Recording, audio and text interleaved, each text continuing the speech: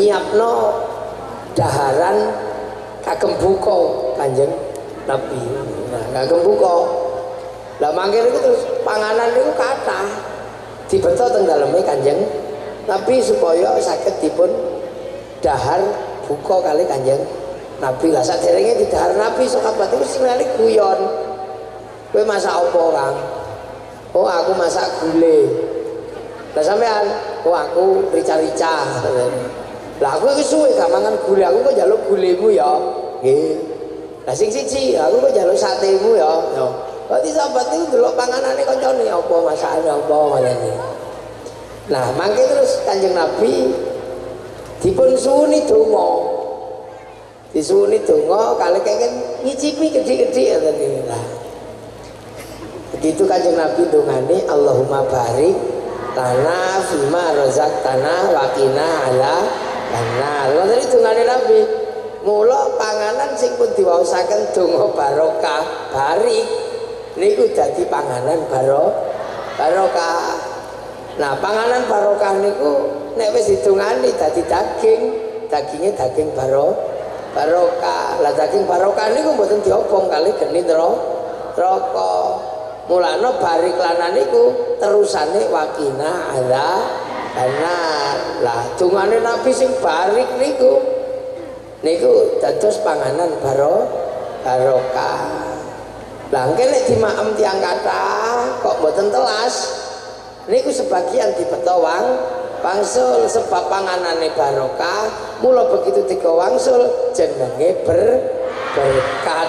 Lah Lenggeh niku kebiasaan para sahabat ngoten niku dadi aja dikira wong Jawa niku ngarang. Soale kadang niki tiyang mboten paham dikira wong Jawa niku ngarang. Apa berkat masak-masakane dhewe kok dipangan-pangan dhewe kok barokah kok berkat lho.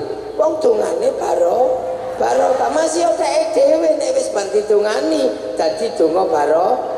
Barangnya isih padha statusnya berubah. Kados lanang kali wedok, Pak Menteri, lanang wedok. Lanang wedok niku klambine ijo, kathoke abang. Sing lanang ya sing wedok klambine ijo, terus napa seweke abang budal teng KUA.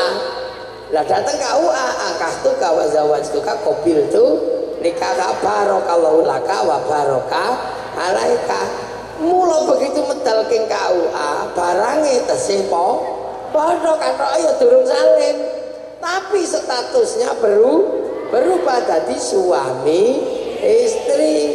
Sadurunge mlebet KUA jiwit haram jawil dosa sabare metu teng KUA status suami istri dadi halal jiwit halal nyopot kathoke halal. Lah niku mulane zaman biyen niku jenenge panganan niku barokah wong tungane bari. Wonten sing takok, lho apa panganan iso nyimpen barokah? Lho aja meneh panganan, wong kaset niku lho nyimpen suara, flash disk nyimpen gambar.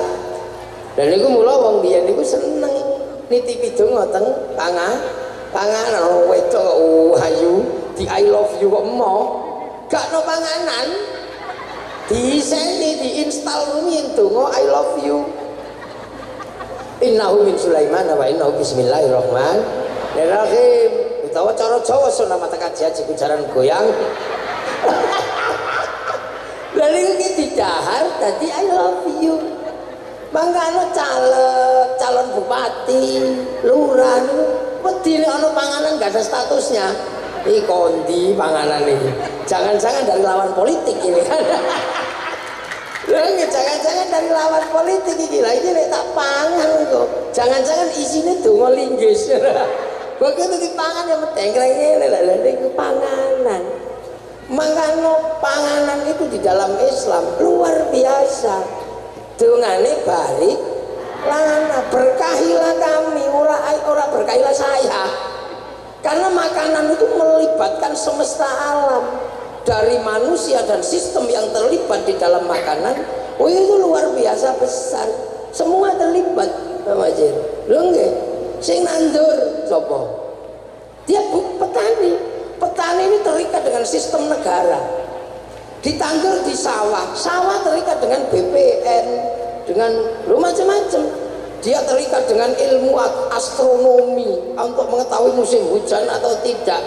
Jadi panganan itu melibatkan disiplin ilmu yang luar biasa banyak. Dari industri pupuk untuk apa? Membesarkan makanan. Begitu gede dipanen, melibatkan sistem teknologi panen, mulai dari ngarit sampai seleb sampai apa. Setelah dimasak melibatkan ilmu permasaan, gawe rice cooker, gawe itu, dan itu semua terlibat. Gak Islam tok, hampir semua masyarakat terlibat, dunia terlibat. Apa-apa wis dibumboni, sing nandur cengkeh sopo, sing nandur kunir sopo, sing nandur merica sopo, sedaya terlibat. Diuyahi wong sewulan gak diuyah, sing diuyah wong Rembang. Sementara wong sewulan gak tahu takok sampean gawe uyahi karo nguyuh ora. Kan yang tambah garam. Semesta inilah yang membuat kenapa makan itu doanya Allahumma barik lana. Keberkahan kepada kami yang diberikan atas nama kebaikan yang ada di dalam makanan. Makanya doanya Allahumma barik lana, bukan barik lila. Sebab dongane niku barik, mula panganane jenengane barokah, nek dikomule jenenge berkat. Lho wong Jawa niku sudah hebat tentu yang seperti itu. Cuman kadang nek gak patek Jawa gak paham. Wong Jawa niku artine paham. Nggih. Ya termasuk lahirnya Kanjeng Nabi kan napa? Wa ma arsalnaka illa rahmatan lil alamin. Nabi ini tadi rahmatnya wong alam kabeh.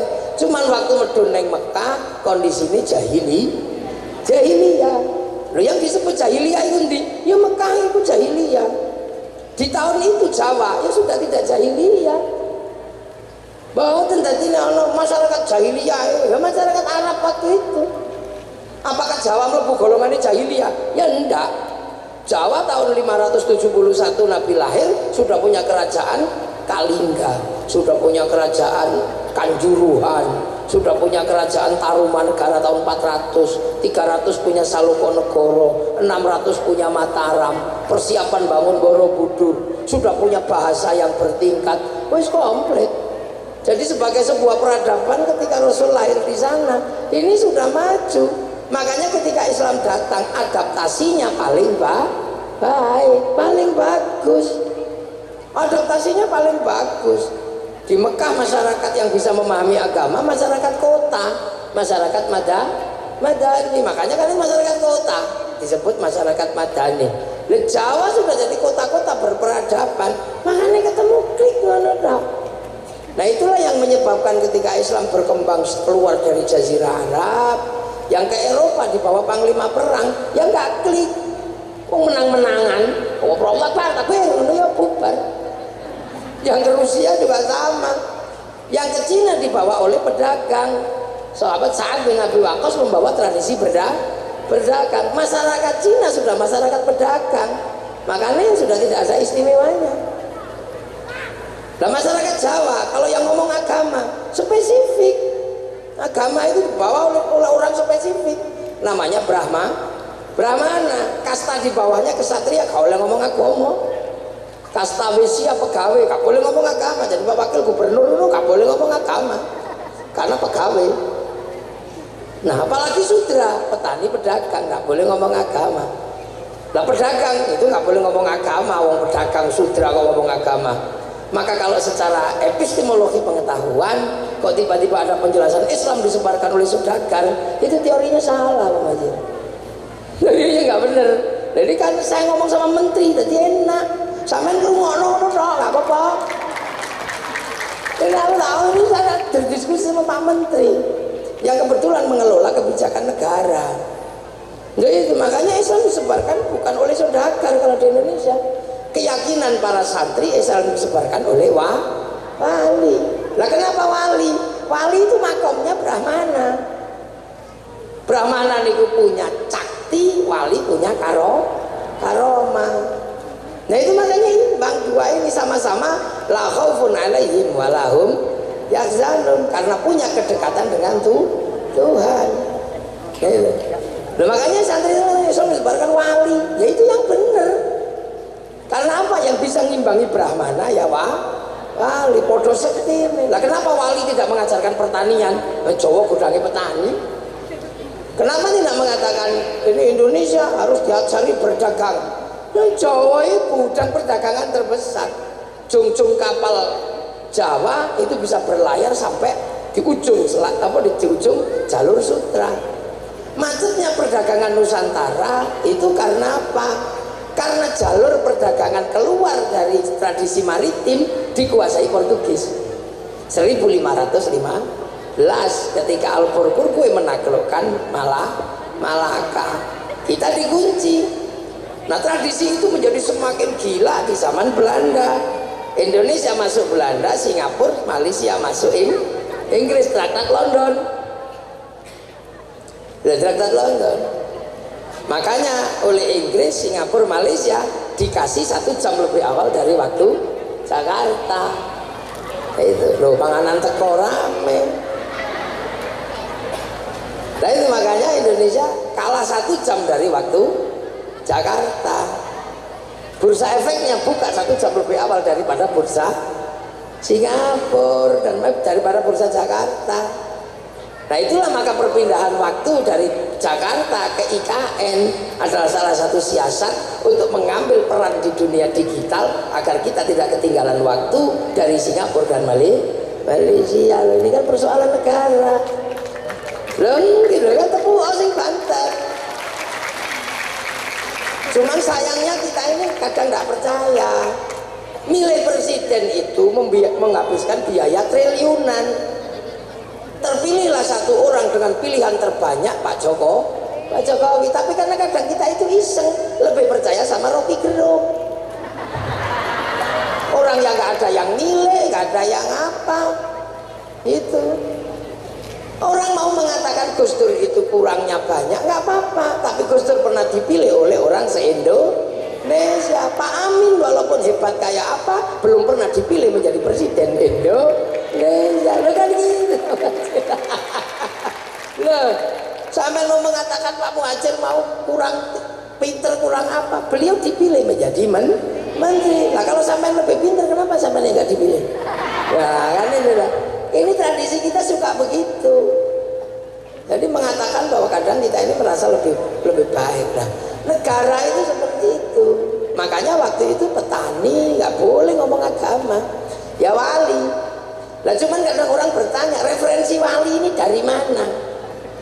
Kok bisa wali tiba-tiba membangun ini? Wali itu kalau butuh sesuatu itu nggak pakai referensi. Wali itu download. Lah wali itu download. Allah ini kan punya sistem cloud ini di langit itu, pusat data kan, punya cloud, harddisk gedenya itu, cloud itu. Cloud inilah yang oleh orang Yahudi Nasrani disebut Tabut Sulaiman, yang oleh orang Yunani disebut kotak Pandora, yang oleh orang Jepang disebut kantong Doraemon, yang oleh orang Islam disebut Lauhil Mahfuz. Ini cloud, pusat data. Nah wali-wali itu kalau mau nengok pusat data itu download, browsing, browsing ini tak. Qalu rabbuna Allah tsumma istaqamu tatanazzalu alaihimul malaika alla takhafu wa la tahzanu. Ini saya Allah ya Allah, download. Bapak Syariah download 7 tahun. Kewili di sini download. Nabi Ibrahim download, Nabi Muhammad download, Syekh Abdul Qadir 25 tahun download begini.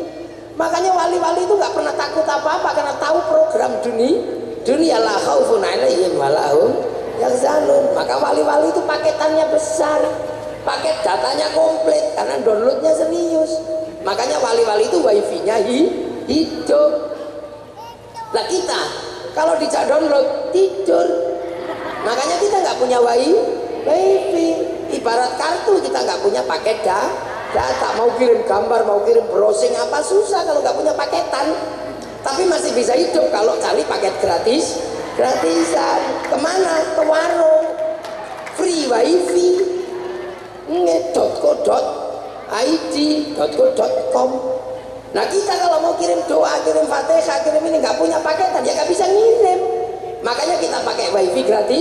Wifi-nya siapa? Wifi-nya Nabi, wifi-nya wali ila hadratin Nabiyil Mustafa, namanya tawassul.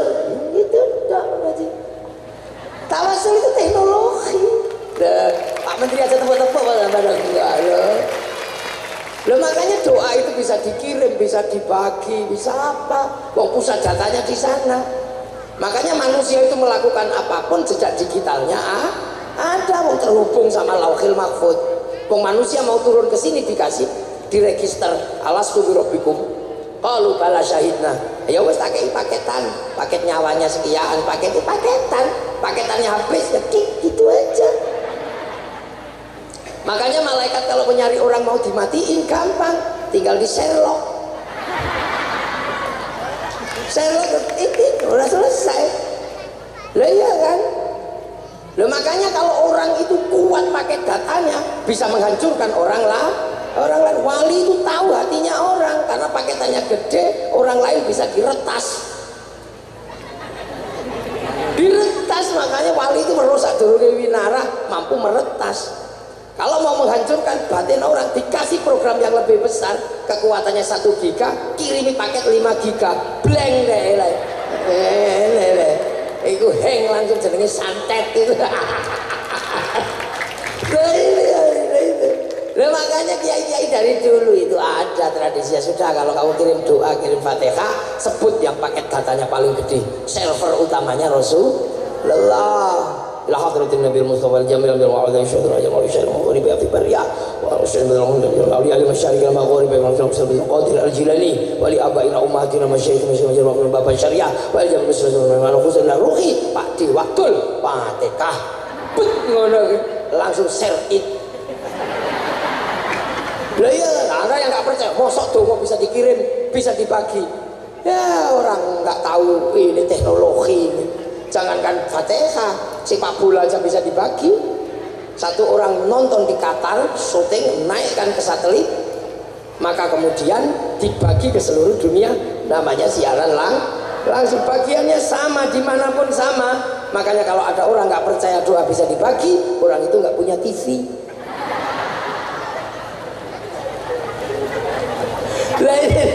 Jadi kita ini sebenarnya kalau kita apa? Ini kan sebenarnya kan cari wifi gratisan. Iya kan? Pemancar utamanya di mana? Ya di Mekah sana, itu pemancar utama. Awwala baiti wudi'a lin-nasi alladzi bi Bakkah mubarakah. Makanya Nabi Ibrahim ketika kehilangan sinyal Tuhan, matahari apa bulan ke situ. Cari sinyal ke situ. Rabbana inni askantu min dzurriyyati biwadin ghairi dzi zar'in 'inda baitikal muharram rabbana liyaqimus sholata faj'al afidatan minan nasi tahwi ilaihim warzuqhum minas thamarati la'allahum yashkurun. Pemancar ditancapkan di situ disebut makom Ibrahim. Kita di sini fawalli wajhaka syatral masjidil haram. Itulah yang nunjukin sinyal di situ siapa? Nabi Muhammad. Maka ketika bangun sinyal Allahu Akbar, kita pakai Allahumma sholli ala sayyidina Muhammad. Dan jangan lupakan jasa Ibrahim, kama shollaita ala sayyidina Ibrahim. Lan iku walladzina ja'u min ba'dihim yaquluna rabbana ighfir lana wa li ikhwanina alladzina sabaquna bil iman. Nah itu konsep itu. Loh, makanya Indonesia ini ketika ketemu dengan Nabi yang ahsanuhum khuluqan, akhlak terbaik, rahmatan lil alamin, ya enak. Sana datang ke sini jadi rahmat, tidak jadi masalah. Jangan sampai Islam datang kok jadi perkara, itu rusuh namanya.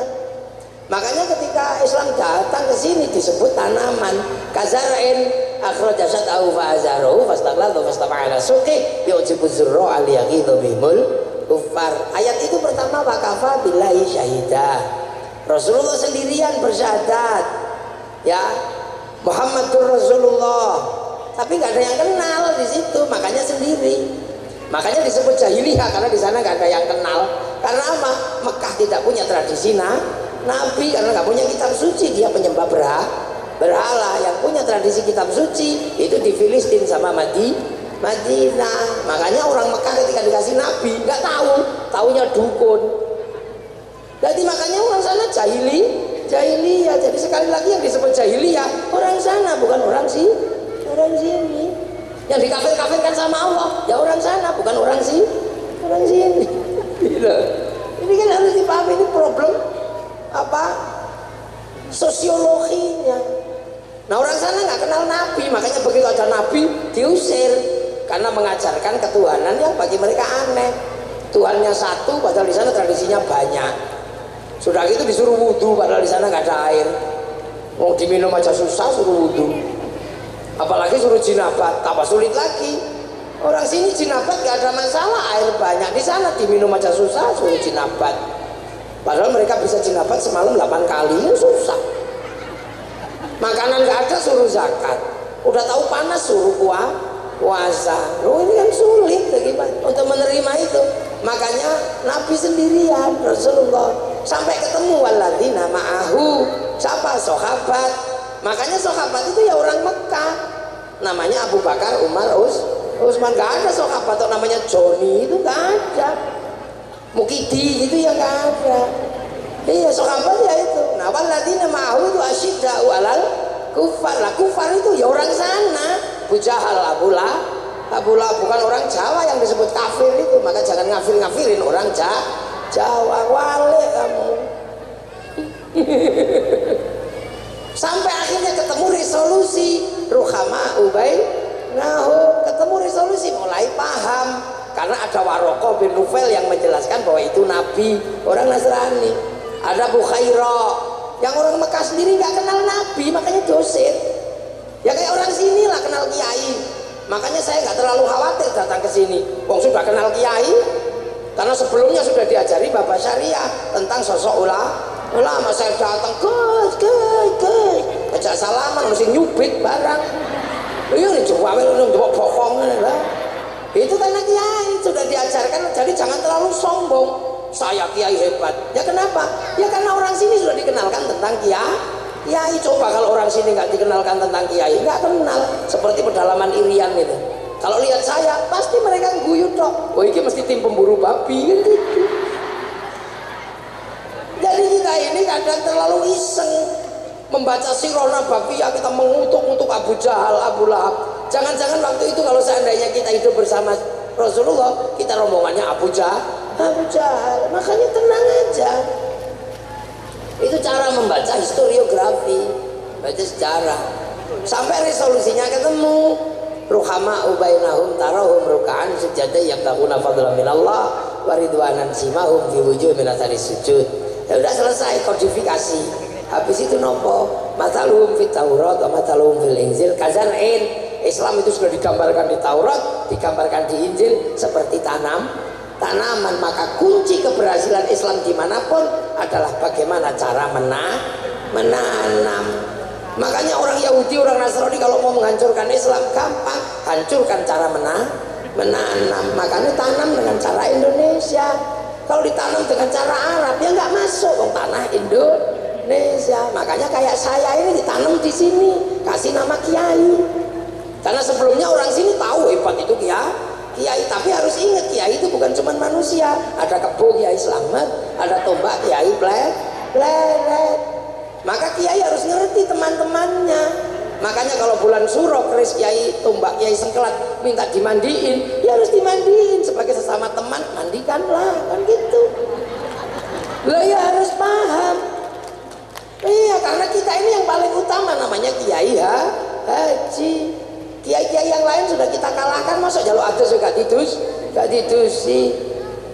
Nah iya kan, Allah sampai di sini tanam sini pangeran. Sama orang Sewulan disebut sing ngecet lombok. Nabi kanjeng Nabi sholat sembahyang.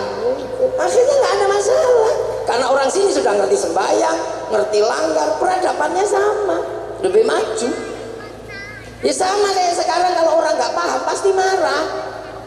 Itu orang Jepang kalau datang ke sini ngamuk dia, karena di sini yang namanya RE King disebut Honda. Hondamu apa Mio? Ya ngamuk, ini ngawur ini bid'ah ini pasti begitu.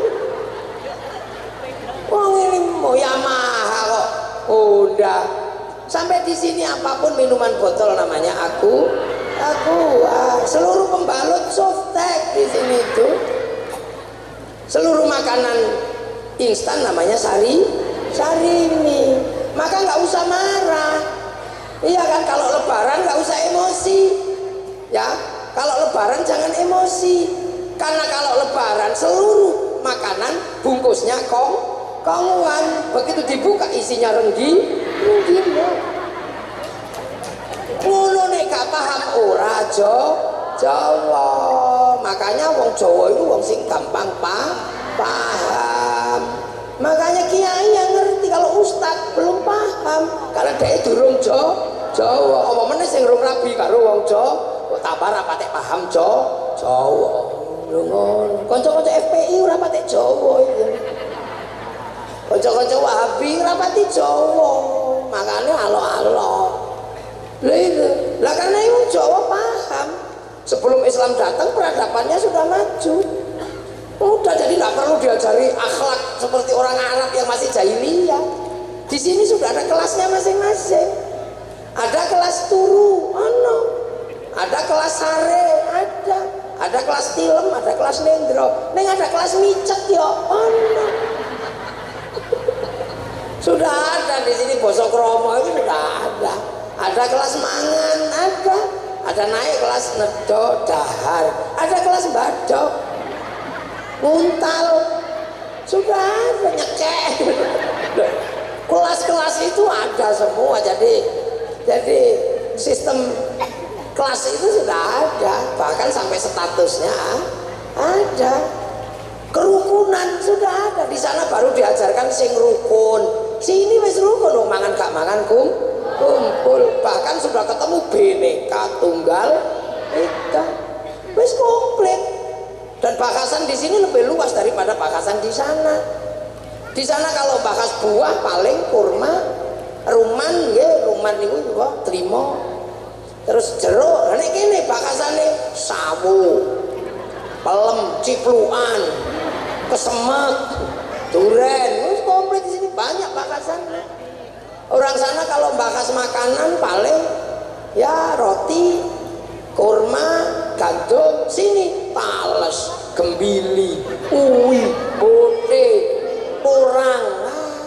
Sana bakas hantu paling saiton, jin, gos. Kene wewe gombel, genderuwo, kuntilanak, suster ngesot, kolor ijo.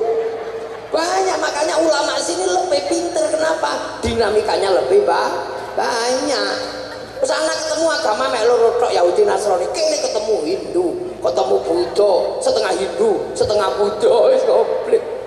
Jadi makanya orang sih Islam KTP loh. Makanya ulama sini tuh dinamikanya lebih kompleks dan mampu bikin resolusi di sana enggak kepruk karena hiburannya juga gak ada. Hiburannya paling naik kuda karo golek bojo gitu. Sini tenang, hiburannya banyak. Ke sawah ono jangkrik gitu, hiburan. Ono doro hiburan. Gus Dia ono jago. Yo dia cari ono jaran pelayokno. Sana nggak ada hiburan. Kene hiburannya aneh akeh. Laba-laba wae gitu ini. Ayo go. Ono apa nika? Kantangan macam-macam. Ono suket ditekoni diduduk ngono. Ono godhong lamtoro talane duk menang-menangan lho. Sini hiburannya banyak, bengi-bengi ning sawah nyuluh welut. Hiburan tok ning ngene. Makanya tidak semata-mata urusan moral sini. Hiburannya akeh. Lalu wong kene niku enak, enggak perlu ribut. Nah, dikit-dikit ribut di sana bakasane akeh. Landscape-nya juga enggak terlalu banyak. Makanya jadi kiai di Indonesia itu lebih soft, lebih persis kayak nabi, lebih bisa membangun resolusi konflik. Karena apa? Hal-hal yang bersifat yang lain sudah bisa dilewati karena alam menyediakan. Makanya orang sini yang harus yang diinginkan cuma satu, apa? Anitum harisun alaikum bil mu'minina raufur rahim. Jadi nyontoh nabi itu karena keinginannya. Nah itulah makanya para wali ketika mempertemukan Islam dengan orang sini enak, sudah rukun, sudah apa, Maka pilihan tersulitnya adalah apa? Mempertemukan Islam agar tidak memecah belah kekuatan Nusantara. Konsepnya kafir, oh masalah ini kafir. Ya tepu, oh sing banget Pak Menteri itu tepu. Loh, kalau kafir masalah. Makanya ketika satu ini berbeda-beda, oh gimana? Oh Nabi punya konsep. Apa konsep Nabi? Kullukum ra'in wa kullukum mas'ulun an ra'iyati. Kalian semua para pemimpin yang harus hidup saling bertanggung jawab antara yang mimpin dan yang dipimpin. Akhirnya konsep itu dimasukkan kepada orang Nusantara yang berbeda-beda tapi tetap satu jua. Maka konsep ra'iyah masuk ke Nusantara dan diterima oleh kita yang raja, hamba, semuanya patuh. Kawulo jadi kulo, hamba saya. Nih itu abdi, pukulun. Semua masuk dalam konsep ra'iyah itulah yang diserap ke bahasa kita menjadi rakyat. Jadi ra'iyah itu bukan people. Kalau people itu vox populi, vox dei, suara mayoritas, suara Tuhan. Begitu dia mayoritas, mengatasnamakan Tuhan, menjadi kekuatan diktator mayoritas. Kita bukan proletar, kita bukan komunis. Kalau proletar ngumpul namanya diktator proletariat. Maka semayoritas apapun kaum muslimin dengan konsep ra'iyah tidak akan pernah menjadi diktator mayoritas. Nah itulah satu-satunya negara muslim dunia yang sanggup mengambil kalimat ra'iyah untuk konsep warga bangsanya, hanya muslim Indonesia. Karena lihat, makanya ra'iyah itu kalau kumpul namanya musyarakah, masyarakat. Ini itu masyarakat kalau berbeda paham, wasyawirhum fil amri, lahir konsep musyawarah. Karena yang nata para wali maka teritorinya disebut wilayah. Al-wali al-wilayah. Wilayah itu yang akhirnya jadi NKRI, Negara Kesatuan Republik Indonesia. Itu makanya penerus para wali mengatakan NKRI harga mati. Yang bukan penerus wali, NKRI harga pas. Nah itu lah, karena NKRI ini membangun konsep ra'iyah, maka pemimpin tertingginya Majelis Permusyawaratan Rakyat. Kenapa pakai majelis? Karena majelis adalah konsep tenggang rasa dari yang berbeda. Tafassahu fil majalis fafsahu yafsahillah. Majelis Permusyawaratan Rakyat, Dewan Perwakilan Rakyat. Nah ini yang landasan kita anut, sehingga kita selamat menjadi bangsa masa depan. Apa bangsa masa depan? Adalah bangsa yang mampu bangun persatuan. Dan itu aja. Nah makanya Arab satu bangsa pecah puluhan negara, Cina satu bangsa pecah puluhan negara, Afrika satu bangsa pecah puluhan negara. Tapi kita dengan konsep ra'iyah, puluhan bangsa, suku dan agama mampu bersatu dalam satu negara, Kesatuan Republik Indonesia. Nah ini jadi negara paling sunnah di dunia, ya Indonesia. Makanya orang mengatakan negeri ini tauhid, oleh kok tempiliki oleh. Polisi boleh nangkep orang yang mengatakan negeri ini tauhid karena dia mengatakan sesuatu yang bersifat fitnah, sementara kita negara paling sunnah. Nah itu makanya para penerus wali membangun negara terus, ada yang jadi DPR, ada yang jadi bupati, ada yang jadi menteri, ada yang jadi wakil gubernur, ada yang nyalon. Pokoknya yang penting ini bagaimana kita mempertahankan nilai persatuan yang dibangun oleh konsep kenabian. Kita cara tidak paham. Dan itulah makanya kita ini selalu membangun persatuan. Makanya santri slogannya pakai bahasa Al-Quran, wa'tasimu bihablillahi jami'an wa la tafarraqu, jangan tercerai-berai. Makanya kita ini begitu bilang NKRI, kita nggak main-main. Kita selalu membangun persatuan, bahkan membiayai persatuan. Berapa kali kita bersatu dalam setiap tahun untuk urusan Nabi, lahiran, terus mulutan, Isra Mi'raj, semua dibangun persatuan itu. Iya kan? Dan itu dibiayai oleh masyarakat. Setiap kegiatan ini 500 juta, 100 juta habis. Kalau se-Indonesia bulan Maulud, berapa triliun dikeluarkan oleh orang Indonesia. Akhirnya Islam terjaga secara informal, tidak membebani negara. Coba kalau ini dibebankan kepada negara untuk membangun persatuan dan mengatur perputaran ekonomi informal, negara gak kuat nanggung, bangkrut negarane. Nah, ya. Itulah makanya Indonesia yang membangun persatuan dengan cara seperti ini tidak pernah berharap kepada negara untuk menjaga Islam. Makanya kita tidak pernah bilang harus negara Islam. Enggak, Islam kita jaga secara bersama-sama. Makanya yang nggak punya sistem seperti ini selalu mengatakan khilafah harus terbentuk di Indonesia. Karena apa? Mereka hanya membayangkan yang bisa menjaga Islam hanya negara, sementara kita secara umum masyarakat bisa menjaga negara, membiayai. Itulah Indonesia. Makanya santri Pak Majid nggak pernah membayangkan mari kita dirikan khilafah. Nggak perlu. Kenapa? Islam terjaga dengan cara seperti ini, dibiayai. Sekali datang kayak begini aja berapa pembiayaannya loh, dan berapa roda ekonomi yang diputar seperti ini, berapa? Semua habis di sini setiap tahun. Makanya santri untuk membiayai negeri itu tidak terlalu kuat ekonominya, karena habis untuk membiayai kebersamaan. Maka ketika santri bikin sekolahan ya tak maksimal, karena duitnya habis untuk acara-acara seperti ini, menjaga seperti ini. Maka tugas negara mengalokasikan yang lebih gede untuk santri yang sudah banyak mengelola negara. Yang lain lo nggak tahu mulutan duitnya utuh, nggak tahu hall duitnya utuh. Maka sekolahannya bagus, masjidnya bagus, santri rumah sakitnya santri duitnya wis entek dienggo koyo ngeten iki. Makanya kewajiban negara untuk memberikan timbal balik, ya, kasih fasilitas lebih. Kalau tanpa seperti ini habis kekuatan negara, ruang persatuan terjaga. Lu coba karo donga kiai ini tok sing donga, santri ini amin. Pokoknya amin nek kepegelen amin. Kiai ini paham, walhamdulillahirabbil alamin.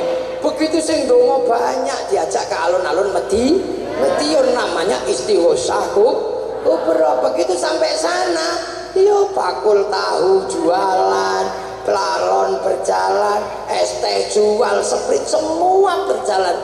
Roda ekonomi berputar, pasar bergerak, sektor informal berjalan. Loh ini sholawat yang tadinya sendirian, ya Rasulullah salamun alaika, deng ana sing ya Nabi salam alaika, ya Rasul salam alaika, anglia numpak.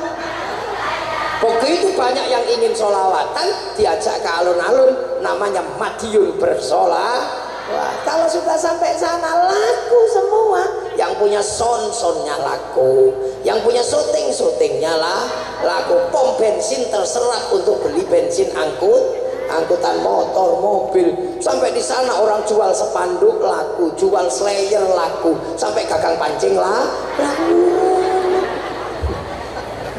Loh, ini kekuatan ekonomi rakyat yang luar biasa. Persatuan terjaga, ekonomi berputar. Padahal mestinya itu tanggung jawab negara. Tapi negara biar ngurus yang lain, kita urus persatuan, kita urus kebersamaan. Kenapa? Tinggalane para wali ini cuma main. Nah yang datang Habib Syekh, ya ya kain putih laku semua. Nah sing teko mafia sholawat kain hitam laku semua. Segala yang ada dalam hidupmu cos. Loh, ada orang mati, kita kumpul, terjaga kebersamaannya. Coba kita bisa bayangkan 3 hari, 4 hari sampai khol. Kalau sudah khol gini kepala sapi laku lah. Semua bisa terakomodir, gitu kan?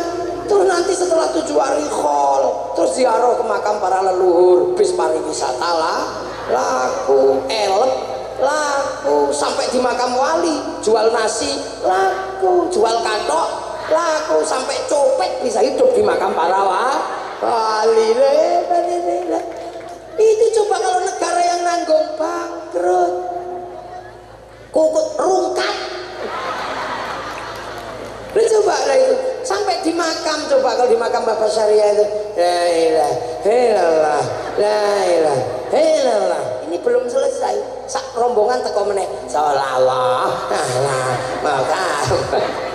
Ini belum selesai, satu rombongan datang lagi ila kadratin nabiyil mustafa muhammadin sallallahu alaihi wasallam Fatihah.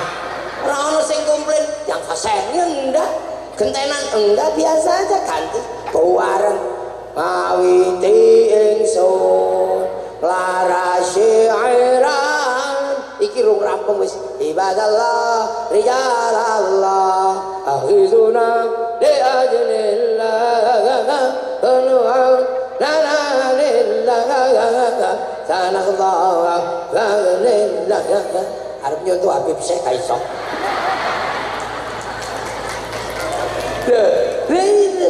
Terus tiba-tiba lagi rame gitu, ada satu orang masuk, copet kira-kira.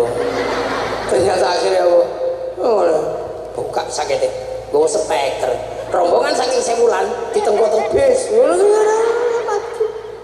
Akhirnya kerukunan terjaga, berziarah. Orang sebulan ziarah ke Jombang, mencintai tanah Jombang karena ada makam gurunya. Berziarah ke Surabaya, Mbah Ngampel, merindukan tanah Surabaya karena ada makam gurunya. Setiap tanah yang diziarahi melahirkan rasa cinta dan kerinduan di mana gurunya disemayamkan. Itulah bibit cinta pada tanah air. Makanya nggak ada teroris kok tumbuh dari kalangan santri yang suka ziarah kubur. Seluruh teroris tumbuh dari orang yang tidak pernah ziarah kubur. Jangan. Makanya polisi TNI nggak usah mencurigai santri, nggak akan jadi teroris. Gak bener bahwa nggak ada. Mau ngebom Surabaya takut sama Sunan Ampel, mau ngebom Madura takut Mbah Khalil. Makanya teroris itu blangblung, kenapa? Gak ada yang ditakuti. Nah ini kan negara. Makanya anak-anak santri kita ziarah kubur, ya cinta negara, terbangun dibiayai. Terus kiai itu juga nggak bisa dibiarkan karena atas nama Tuhan. Makanya kiai itu dibatasi, dibagi dua. Satu kiai sakti, yang kedua kiai kurang sakti. Kalau saya ini kiai nggak sakti, jadi nggak perlu dibatasi. Bisa diinterupsi, Gus sudah malam berhenti. Ya, Pak Menteri udah linu, ya berhenti. Lah iya ya udah linu dengkulnya kan udah sepuh. Iya Gus Asep udah linu. Ibaratnya gitu. Tapi itu karena kiai kurang sakti. Lah kalau kiai yang sakti harus dibatasi. Siapa kiai yang sakti? Khotib. Khotib Jumat itu kiai yang paling sakti, nggak ada yang berani ya. Kalau sudah bawa tongkat, siapa yang berani? Interupsi tepung nggak berani, mesti diem aja. Makanya khotib itu biar nggak ngawur disuruh baca teks sama pegang tongkat. Begitu baca teks, ya sopan loh baca. Itakullah. Lepas teksnya disebul kipas angin, bubar teksnya. Pegang tongkat, ya nggak mungkin macem-macem. Pegang tongkat ya pasti tenang. Itakullah. Lepas tongkatnya jatuh. Makanya orang kalau pegang tongkat sama baca teks khutbah tenang, sopan. Begitu tongkatnya hilang karena bid'ah menurutnya, maka tangannya saudara Jokowi ya gitu. Iya kan? Makanya kalau nyari yang kocol-kocol gitu, lihat aja masjidnya, pasti nggak ada tongkatnya. Lah itu santri. Lah makanya enak. Lah itu penjagaan seperti itu luar biasa kita lakukan setiap hari. Forum informal selalu berjalan, ruang ekonomi berputar, edukasi di luar edukasi resmi berjalan. Negara tinggal pesan, mau ngomong apa pesan aja sama kiai. Kiai ini anti terorisme harus digalakkan. Kiai ngomong semua tentang terorisme. Akhirnya selamat bangsa ini. Arab Spring menghancurkan semua negara hanya karena satu bendera, karena semua tidak ada yang menjelaskan ini bendera tauhid, ini bendera Nabi. Semua tertipu, semua terkecoh. Sampai di sini bukan, itu bendera Hizbut Tahrir. Oh ini bendera Nabi, nggak kamu kalau anti ini anti la ilaha illallah. Enggak, wong aku tahlilan ya la ilaha illallah. Aku itu loh anti bendera PKI Palu Arit, tapi kalau ke sawah tetap pakai arit, pergi nukang tetap pakai palu. Gitu. Selamat bangsa ini, wong kiainya santai jawabnya. Awas lagunya Haddad Alwi itu lagu Syiah. Umi lagu Syiah. Halah gitu aja kok Syiah. Indonesia yang lebih serem dari itu ada apa? Indung-indung. Doa Siti Aisyah mandi di kali rambutnya basah, tidak sembahyang, tidak puasa, dalam kubur mendapat. Kok pakai nama Siti Aisyah itu? Coba pakai nama Pak Ijem apa sokol. Itu bukan Siti Aisyah istri Rasulullah, itu Aisyah Medion.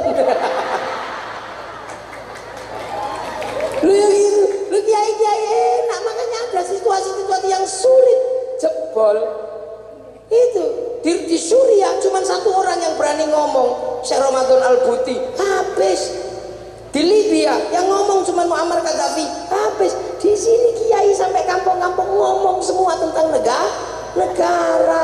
Makanya situasi tersulit ketika kita punya tradisi ngumpul adalah ketika terjadi corona. Pesen kiai enak, kiai nggak usah Jumatan. Hei, besok gak Jumatan ya? Enggak. Alhamdulillah libur. Besok nggak usah tarawih ya? Enggak. Para hadirin, ini kita sampai di zaman digital millennial killing everything. Para hadirin semua, orang milenial hidupnya cuma dari dua hal, dari mulut dan dari jempol. Makanya mulut milenial gak bisa ditahan, bisa ngomong apa saja karena medsos memungkinkan untuk itu para hadirin. Yang kedua, dosa manusia bisa terbuka karena punya jempol. Dia bisa buka apa saja menggunakan jempolnya. Maka jempol dan mulut diazab oleh Allah. Turunlah corona. Mulut harus pakai masker, tangan harus pakai hand sanitizer. Betul? Betul. Padahal kiai ini ngarang. Loh, itu akhirnya bangsa ini selamat gitu loh. Ya Allah, mek ngono tok beres. Coba kalau nggak ada ruang informal seperti itu, maka jangan pernah membayangkan di negeri ini kalau kemudian ini dipisah-pisah, doa sendiri, apa-apa sendiri, bangsa ini tidak punya kekuatan persatuan, tinggal menunggu kehancuran. Makanya santri-santri yang sibuk ngurus negara dengan cara seperti ini tidak mampu bikin sekolahan bagus, tidak mampu bikin rumah sakit bagus. Tugas Pak Wakil Gubernur dan Pak Menteri untuk menyempurnakannya. Iya, jangan yang tidak ikut jaga negara dibiayai terus. Apa gunanya? Tumbuhlah kelompok-kelompok yang membahayakan bangsa dan negara. Makanya ketua NU ditanya Pak Majid, sekolahanmu yang butuh bantuan mana? Dibantu. Doi pasti saya udah paham mau penjenengan itu kan wong NU. Enggak loh, telah saya bulan loh mana? Itu ini negara. Kalau tidak dilakukan itu, maka kemudian akan ada ketimpangan. Yang cinta bangsa dan negara tidak punya pengetahuan pendidikan, yang punya pengetahuan pendidikan tidak punya rasa cinta pada bangsa dan negara. Dan itu beresiko. Beresiko pada apa? Pada sebuah sistem bersama yang namanya negara bangsa yang hari ini kita miliki, Indonesia. Satu-satunya ruang negosiasi besar di akhir zaman yang mampu mempertemukan semuanya adalah negara. Dan negara ini harus aman. Makanya konsep pertama dalam Al-Quran adalah tentang baladil amin. Baru laqad khalaqnal insana fi ahsani taqwim. Baru tsumma asfala safilin illal ladzina amanu wa amilus sholihat. Manusia yang baik akan terjaga oleh agama yang baik, tapi agama yang baik dan manusia yang baik tidak akan aman kalau tidak ada keamanan bangsa dan negara. Manusia rusak, agama rusak kalau tidak ada baladil amin. Konsep negara itu negara. Itu loh. Makanya orang-orang yang menjaga manusia, orang-orang yang orang-orang yang menjaga amanu wa amilus sholihat, ini punya ruang khusus di hadapan Allah. Apa? Falahum ajrun ghairu mamnun, dapat pahala yang tidak akan pernah berhenti. Makanya wali-wali itu kenapa makamnya rame. Karena apa? Hidupnya ngurus manusia, tidak pernah mundur dari persoalan manusia. Makanya ketika lahir rame, meninggal rame, kuburannya rame oleh manusia. Kalau seumur-umur yang dipikir cuma wedhus, begitu mati yang ziarah ya wedhus. Nguyur tok wedhuse lunga. Makanya kuburan laili falau majrun ghairu mamnun. Makanya ngurus manusia ini luar biasa. Nah itulah para wali. Lah Bapak Syariah bagian dari itu. Makanya Bapak Syariah punya ruang publik yang demikian gede ketika hidup sampai meninggal. Ya jangan salah, kalau anak cucunya mendapatkan barokah dari ruang publik yang dibangun oleh para pendahulunya. Karena orang-orang soleh itu punya warisan kebaikan. Buktinya apa? Loh, Nabi Musa sama Nabi Khidir. Nabi Musa sama Nabi Khidir itu ribut. Ada orang anak kecil dibunuh, ada perahu dibolongi, ada minta minum di kampung nggak dikasih, tapi malah bangun rumah. Nabi Musa, ya Khidir, engkau ini diminta minum aja nggak dikasih, ngapain bangun rumah? Kamu nggak ngerti Musa, bahwa di dalam tanah yang rumahnya roboh ini ada tinggalan orang tuanya dulu. Sekarang anaknya kecil-kecil, itu jatahnya dia. Lah orang tuanya statusnya apa? Wa kana abuhuma sholihan. Makanya orang-orang soleh itu didoakan semua. Orang mau NU mau Muhammadiyah sama-sama mendoakan orang soleh. Wa ala ibadillahis sholihin. Mau berawal dari Allah, dari atahiyatul lillah, atahiyatul mubarakah, nggak berani meninggalkan wa ala ibadillahis sholihin. Makanya orang soleh itu dapat pancaran doa seluruh dunia. Makanya orang soleh itu instalasinya bisa dinikmati orang sekitarnya. Iya, orang sekitarnya bisa menikmati pancarannya orang soleh karena diinstal oleh jaringan yang nggak kelihatan dari setiap orang yang menyebut wa ala ibadillahis sholihin. Maka berada di sekitar orang soleh, hati kita menjadi tentram. Makanya tonggo hati paling enak kumpuli wong soleh. Maca Quran angen-angen samaknane angel. Salat pengilakonono angel. Ayo petengiro ingkang luwe angel. Zikir wengi ingkang suwe angel. Paling gampang ngancani wong soleh udut. Ngancani wong soleh ya ngene karo kene iki bayai karo dapat ayam. Makanya orang soleh itu nggak mau dia menjadi sebuah circle yang hanya sendiri. Maka circle-nya orang soleh diperbesar ketika doa bareng-bareng sampai barokahnya turun pada orang jual tahu, jual komplit. Dan itu adalah ruang yang tidak bisa difasilitasi oleh negara. Makanya itu kita lakukan, dan dari situ kita menjaga persatuan bangsa dan negara. Walaupun tidak ada investasi, artinya tidak ada lapangan kerja, kita masih bisa menjaga munculnya sektor informal. Informal pilihannya cuma dua, kalau nggak punya nyali ya kaki lima, kalau punya nyali maling. Tanya Pak Wakil Gubernur. Makanya investasi itu berhubungan dengan lapangan kerja. Lapangan kerja berhubungan dengan pekerjaan. Tanpa lapangan kerja informal itu pilihannya dua, kaki lima atau maling. Di Indonesia kaki lima tumbuh, maling tidak tumbuh. Karena kiai selalu berbicara innallaha ma'as-shabirin. Kita kiai ini jangan dianggap sekedar hiburan. Nah, ini dalam rangka kerja besar tentang nation state, tentang government, tentang state, tentang negara. Jadi ya makanya wali-wali ini melahirkan generasi yang seperti ini karena beliau pernah bikin wilayah. Nah, makanya sekarang bagaimana kita jaga agar anak-anak kita aman, kita selamat, kita menjadi manusia masa depan. Bangunlah rasa cinta pada bangsa dan negara agar semua terlindungi. Amerika kenapa bangkit?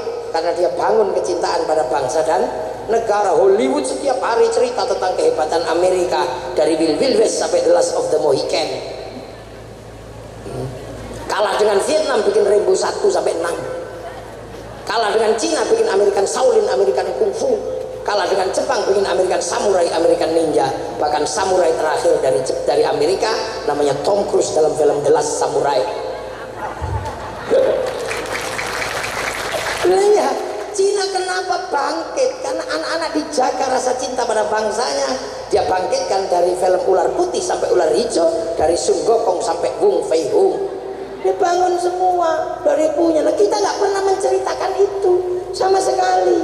Seolah-olah kita ini bangsa underdog. Kita ini bangsa sama.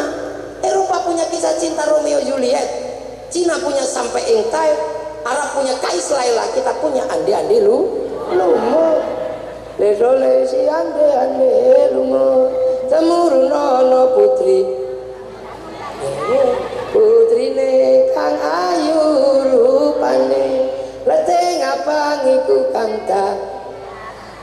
Bu ibu kula mboten purun, bu ibu kula mboten mudhun, nadyan ayu sisane si. Kau wae wong lanang iki pengen ngerti kuburane Yuyu Kakang. Nanti aku tak tabarukan. Kok ana wong cek enake uripe icip-icip tok gak tanggung jawab ya. Lah kita punya. Ledole si ande-ande lumon, temurunono putri. Putrine kang ala rupane, leteng kuning. Bu ibu kula inggih purun, bu ibu kula inggih mudhun, nadyan ala menika kang putra suwun. Hebat lho ande-ande lumon iki. Masih mengkilat ngerti nek mustakmal. Lho masih puting kuning wireng tak rambut telek orisinil. Kalau Jawa top. Lu semua punya kok, sana punya cerita ibu tiri kejam dalam Cinderella, kita punya bawang putih, bawang merah. Kono duwe cerita Samson, kene duwe Bandung Bondowoso. Kono duwe kewan ngomong kura-kura ninja, kene duwe kancil nyolong timu. Lu duwe. Sana punya alat musik terbang terbuat dari kayu kulit, gampang gawene. Eropa punya alat musik gitar kayu tali, kita punya alat musik gamelan terbuat dari logam. Artinya hanya bangsa yang menguasai ilmu pertambangan maju dan penguasaan metalurgi yang mapan mampu membuat alat musik dari logam. Nah, tiba-tiba bangsa ini dicerita no elek duwe presiden elek, di TNI elek, duwe pitik gede titik Bangkok. Iya kan? Duwe napa nongko gede titik nongko Londo. Sing asli Indonesia karek gula Jawa. Kenapa gitu? Sementara bangsa yang lain mulai bangkit. Itu cita-cita para wali itu. Baba Syariah itu tidak ada, bangsa ini bangkit bersaing sejajar dengan bangsa yang lain. Nah, coba Jepang. Ini persis 30 September. Kita cerita tentang PKI karena memang pernah terjadi pembantaian antara PKI, tentara dan rakyat dan kiai. Diceritakan aja. Tapi Jepang punya pengalaman yang sama, konflik antara Tokugawa dan restorasi Meiji, pembantaian antar generasi. Mereka ceritakan itu dalam film Samurai X dengan tokohnya Rurouni Kenshin. Malaysia agar tidak mengulang konflik antar generasi, antar anak bangsa, diserahkanlah Malaysia pada si Upin dan si Ipin. Dia nggak boleh lupa ada anak-anak India, maka Upin Ipin kenalkan Jarjet. Dia nggak boleh lupa ada anak-anak Cina, kenalkan Mei Mei. Dia nggak boleh lupa ada anak-anak Indonesia, kenalkan Susanti.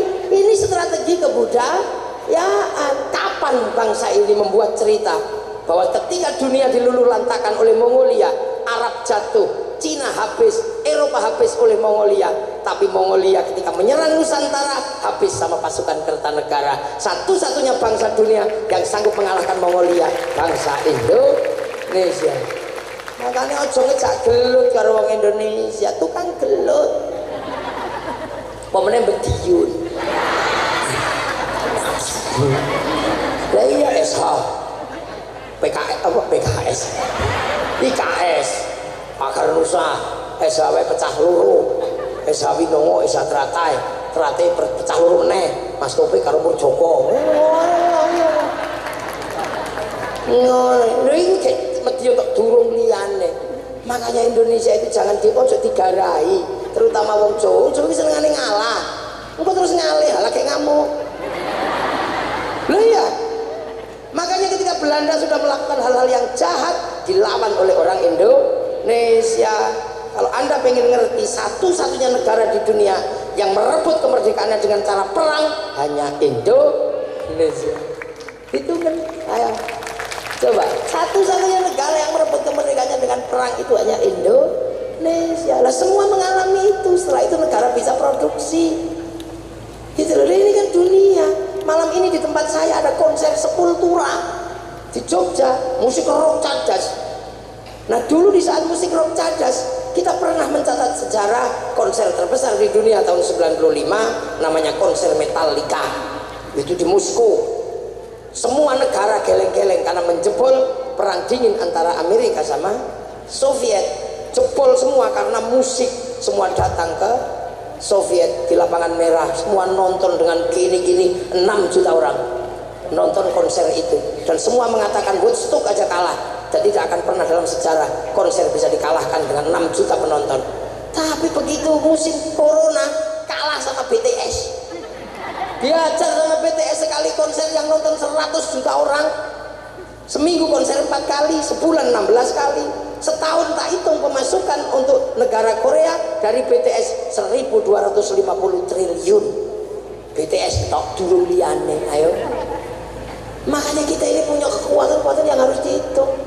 Maka Pak Menteri saya pesan, maju bagaimana kita punya huruf dalam negeri yang disepakati dalam domain internasional yang bukan ABCD. Cina mendaftarkan hurufnya waktu algoritma disepakati di domain internasional, sehingga dia berani ngelawan Amerika, dia berani ngelawan Amazon dengan Alibaba, dia berani ngelawan WhatsApp pakai WeChat, dia berani ngelawan Facebook pakai QQ Runner. Kita belum bisa melawan itu. Maka ratusan triliun diambil oleh Facebook dan WhatsApp setiap bulan dari Indonesia. Itu duit semua aja. Nah huruf Jawa harus gitu, nanti password kita Belgedes gitu bisa. Kita bisa pakai password telek lantung gitu bisa. Silet berinte itu bisa lah, nah ini tidak bisa lah itu. Maka negara harus hadir untuk hal-hal yang seperti ini. Ini tentang masa depan. Anak-anak kita ini semuanya akan bertarung di masa depan di dunia digital. Sementara dunia digital adalah dunia baru yang disebut millennial killing everything, pembunuh segalanya. Yang terbunuh oleh milenial sudah berapa? Tahu-tahu pos hilang, tahu-tahu gedung Facebook hilang, tahu-tahu apa? Orang hilang, tahu-tahu pasar hilang semua. Dulu kita masih kalau jatuh cinta itu masih mengandalkan pos, cari kertas warnanya pink. Masih ada industri kertas, ada industri surat cinta, perangko, nulis itu untukmu kekasihku. Semenjak kepergianmu di rantau orang, aku merindukanmu. Sepi kekasihku, setiap malam yang terpanjang hanya wajahmu. Malam hari ini aku masih tercium bau tubuhmu. Kekasihku, ini harus kita lewati sebagai ujian cinta kita demi masa depan kau, aku dan anak-anak kita nanti. Tapi malam hari ini aku pun tahu kau sedang merindukanku, sebab angin berbisik mendesau membisikkan namamu di telingaku. Dan aku yakin malam hari ini kau dan aku sedang duduk di bawah sinar rembulan yang sama. Dariku yang mencintaimu, 4 kali 4 16. Sempat tidak sempat harap dibalas. Terus kita masukin ke amplop, cari perangko, didilat template. Ada pos, ada yang menyerap Honda Win. Tiba-tiba itu hilang semua aset anak-anak yang sekolah di Parpostel, nggak ada ruang kerjanya karena cinta semuanya diambil oleh WhatsApp. Tinggal gitu, kalimatnya juga nggak panjang, cuma mah. Ini real dunia baru, sampai nggak boleh marah. Dulu kita punya anak cantik, seneng karena apa? Bisa mensortir calon menantu di depan rumah. Siapa kamu? Lulusan mana? Sekarang kita cegah di depan pintu, anaknya video call. Kita mau apa? Ini dunia baru. Ayo, yang dunianya hilang semua. Besok supermarket juga akan hilang oleh bisnis online. Nggak kebayang. Bayangkan gudang garam segede itu, armadanya seberapa? Tapi begitu di lantai bursa kalah sama Bukalapak. Kan nggak masuk akal, ya bahannya modalnya memang laptop situ tok ini. Ya, Bluebird itu berapa asetnya? Kalah sama Nadiem Makarim, Gojek. Padahal asetnya cuma laptop loro. Ini dunia baru. Anak-anak disuruh, "Enak, beli rokok." nggak jalan sekarang, orang tuanya marah, suruh beli kok duduk online Pak. Dunia baru. Kalau kita nggak tanggap dengan dunia yang sedang bergerak, kita akan tetap menjadi bangsa yang dipaksa menjadi pasar. Kita bukan negara produsen, tapi dipaksa menjadi negara konsumen. Ini tanggung jawab wakil gubernur, tanggung jawab bupati, tanggung jawab menteri. Ya, iya, jadi terima mateng tak, wong kiai ya. Lah kiai sudah ngene wis bendino ngene lho. Ndonga wis muga-muga bangsaku selamat bendino. Allah masalli ala muslim. Wah bendino ngono. Terus selanjutnya ya Bapak Menteri, Pak Wakil Gubernur, ya Pak Bupati, ya siapa? Beliau-beliau yang kita minta untuk ngurus wilayah sebagai tinggalan para wali. Kita cuma santrinya. Nek ngono gak paham apa aku sebagai gubernur.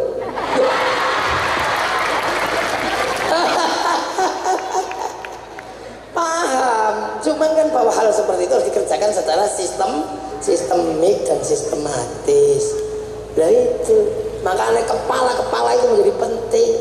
Makanya malam hari kita ngedep kepala kepala itu penting, simbol bahwa jadi kepala itu berat. Makanya dulu nenek moyang kita punya lagu gundul-gundul pacul, gundul sirah itu pemimpin duwe barang papat, meripat irung lambeku kuping, meripat nggo delok rakyat, kuping nggo ngrungono, irung nggo ngambus, lambe nggo nuturi. Barang papat kok pacul, meripat gak perlu rakyat, irung gak bisa mencium penderitaan rakyat, lambe gak iso nuturi rakyat, telinga tidak lagi mendengar cerita rakyat. Barang papat kok gundule gembe. Ya, lah gundul gembelengan nyunggi wakul, nyunggi amanah kok gembelengan wakule nglem. Nah, makanya nggak ada nggak ada, itu bukan Indonesia ya, gundul bajal jalan gembelengan ngono wis ngono. Kenapa wali-wali itu mempunyai wilayah? Kalau wali-wali di Mekah, di Yaman itu wali yang punya keramat tok, urung duwe wilayah. Sini wali punya wilayah. Makanya di sini perjalanan manusia purna di Indonesia. Ya ayuhan nas menungso. Iblis ribut, malaikat sudah dilewati. Inna khalaqnakum min dzakari wa unsa, menghasilkan terbunuhnya Qabil, itu dilewati. Wa ja'alnakum syu'uban wa qabaila, terjadilah berbangsa-bangsa, suku-suku, kalian harus saling mengerti. Itu sudah dilewati bangsa Indonesia. Bangsa Indonesia sudah melaju ke titik mana? Inna akramakum indallahi atqakum, pokoknya kowe takwa, kamu baik, kamulah orang terbaik. Gak ditanya lagi sukumu apa, nasabmu siapa, bangsamu siapa. Maka di Indonesia kok bisa mikir nasabmu siapa, aku mundur balik ke zaman